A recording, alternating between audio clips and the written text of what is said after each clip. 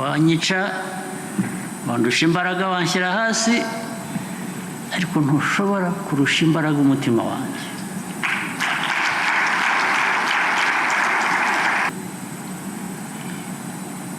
Ariko ikindi kintu dukwiriye kugira muri twe kandi dushingiye ku ibi byose twiga byo kwemera ibyo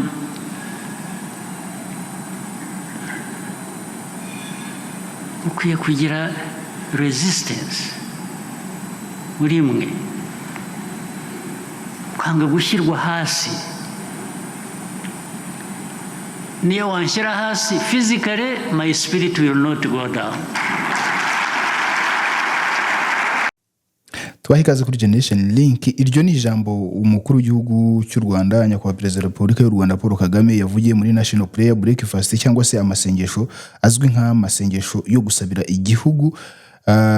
Ni ijambo yavugiye muri Kigali Convention Center ahari hateraniye abayobozi batandukanye, abantu b'ingeri zitandukanye bari bitabiriye ayo masengesho. Aho His Excellency yararimo avuga ko bidakwiye ko umuntu ashobora kuza ngo agusabe guhinduka uwo ashaka ko ubawe, kabone n'ubwo uyu muntu hari ibintu byiza wowe waba wamwigiyeho ariko utagomba guhinduka nkawe. Ushobora kugumana wa wundi wa mwimerere wawe kubera yuko Imana yaturemye dutandukanye, iturema mu buryo butandukanye. Wowe ushobora kugumana wa mwimerere wawe ariko ukagenda ugafata bya bindi byiza wamwigiyeho ukabizana ukabyongera mu byawe, ariko udashatse guhinduka ngo buriya. Aho His Excellency yavugaga ko bidashoboka ko umuntu ashobora kuza gufata igihugu cy'u Rwanda ngo agihindure kubera ko ntiyakiremye. Umuntu adashobora kugufata ngo aguhindure kubera ko ntiyakuremye, ahubwo ikiriho ni cyuko wowe ushobora kugenda ukagira ibyo ukopera ahandi, ibyo wigana ahandi, bike biza byuzuza ibyawe, ariko bitavuze ngo wowe uraza ufate ibintu byawe byose ufata wowe wese umuhindure hanyuma wowe ube uriya wundi. Bisobanuye iki? Bisobanuye ngo njyewe ntabwo nshobora kuba wowe, nawe ntabwo ushobora kuba njye. Hari ibiki ushobora kunyigiraho ukabyongera ku byawe, ku buzima bwawe, bikaba byagufasha kugira aho ugera. Ari nabyo His Excellency yavuga ko byafasha kubaka igihugu, byagufasha kwiyubaka wowe ubwawe, ariko bitavuze ngo uri buze gufata wowe wese ngo uze kuza kumuhindura wowe uri wumuhindure hanyuma uhinduka undi wundi, kubera ko ntabwo bishoboka. Ni nayo mpamvu Imana yaturemye bitandukanye. Ntabwo Imana byari binaniye ko jewe yampa imitekerereze yawe, jewe yampindura wowe, ariko yaduhaye imitekerereze itandukanye, tugira abantu batandukanye kugira ngo tubeho twuzuzanya. Ari nabyo twebwe twakabaye tubyaza umusaruro aho kubikoresha turyana, ahubwo twakabikoresheje dufatanya twubakana, kubera yuko hari ibyo ufite ntafite, hari ibyo mfite udafite, ariko tubihurije hamwe twakubaka ikintu gikomeye. Reka dutega amatwi bimwe mu byo umukuru w'igihugu His Excellency Paul Kagame yaganirizaga bari bitabiriye aya masengesho. No muri ibyo uruho kugira uko ubayeho, uko uteye kwawe, ku muryango, ku gihugu, ibyo nibyo ugenda ushakisha uko byarushaho kumera neza. Ariko ntuzakore ikosa ngo wisangemo ko ukwiriye kuba undi utari wa wundi uri.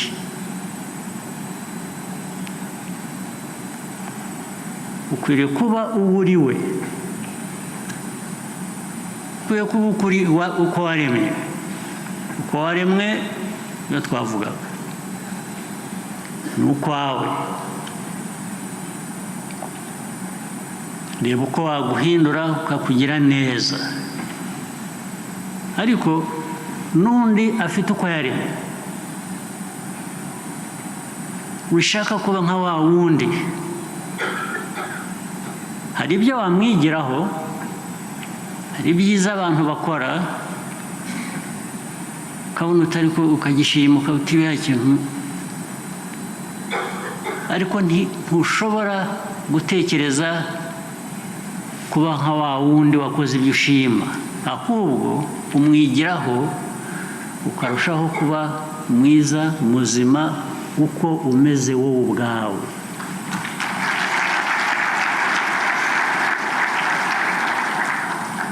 Umuntu nuko, umuryango nuko, n'igihugu ni uko nguko. Iki gihugu cy'u Rwanda ntabwo wagihindura kuba ikindi gihugu icyo ari cyo cyose. Ntuzanabitekereze kuko si bizima ubwabyo. Ni nayo mpamvu ngo nashyizeho indi ngofero.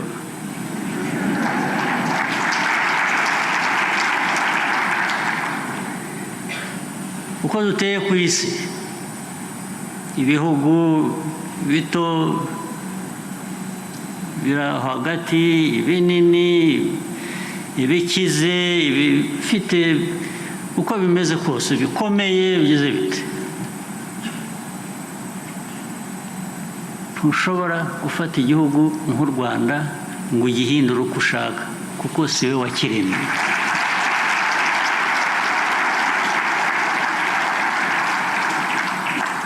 Ntushobora kumfata ngo ungire uko ushaka, kuko ntabwo ari wowe wandemye.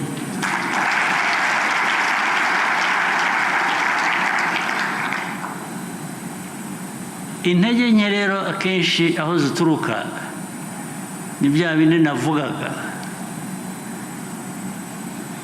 kutemera ukuri, uko waremwe, ngo noneho ahubwo ugende uguteza imbere kugira neza, ugashaka inzira y'ubusamo, hakaza ukubeshya ati ukwiye kumera utya, akaba ari byo utangira guharanira, ubwo kaba kabaye.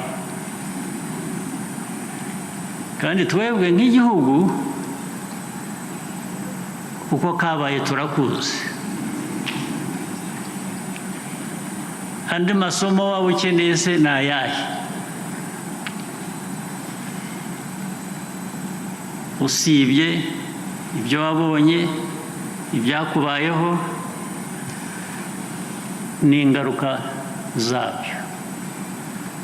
Abenshi ntabwo twavukiye mu bukene, ariko twakuriye mu bukene. Hagati yanjye nawe niho dutandukaniye. Jya ntabwo navukiye mu bukene. Mvuka ndi umwana muto, ntabwo naburaraga, ntabwo nabo. Ariko nyuma yaho nkura, ubukene buraza pe. Ni transition yanjye yo kuvuka, ntabwo navukiye mu bukene, ariko nkura nakuriye mu buhunzi.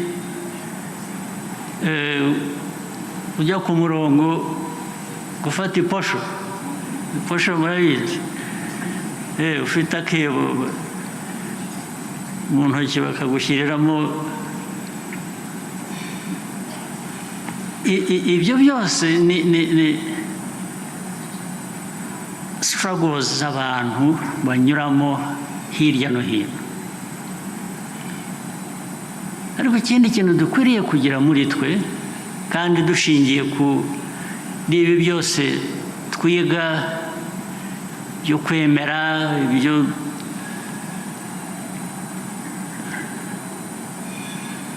ukwiye kugira resistance muri mwe, ukanga gushyirwa hasi. Niyo wanshyira hasi physically, my spirit will not go down. Wanyica, wandusha imbaraga, wanshyira hasi, ariko ntushobora kurusha imbaraga umutima wanjye. ngira ngo ibyo yabaganiriye mwabyumvise, ubutumwa yatanze burumvikana. Icyo dusabwa ni ukubukurikiza. Nta muntu ushobora kukugira wundi, ntabwo wowe ushobora kwifata ngo uhinduke undi muntu. Gusa ibyo washimye mu muntu runaka, hari ubwo ushobora kubifata wowe ukagira uko ubihindura cyangwa se ukagira uko ubyongera mu byawe wari usanganywe, ariko udafashe ibyawe, udafashe uwo wari uriwe ngo ugende umujugunye hanyuma ushake guhinduka undi wundi, kuko byo ntabwo bishoboka, nta nubwo byaguhira. Iyi ni Generation Link, njyewe nitwa Sindiheba Yusufu. Dushimira wowe wakoze subscribe, niba utari wayikora yikore, kugira ngo amakuru n'ibiganiro tukugezeho bijye bibagereraho ku gihe. Icyo dusabwa no gukurikiza inama umukuru w'igihugu yatubwiye, kubera ko zirumvikana kandi zirasobanutse. Turabakunda cyane.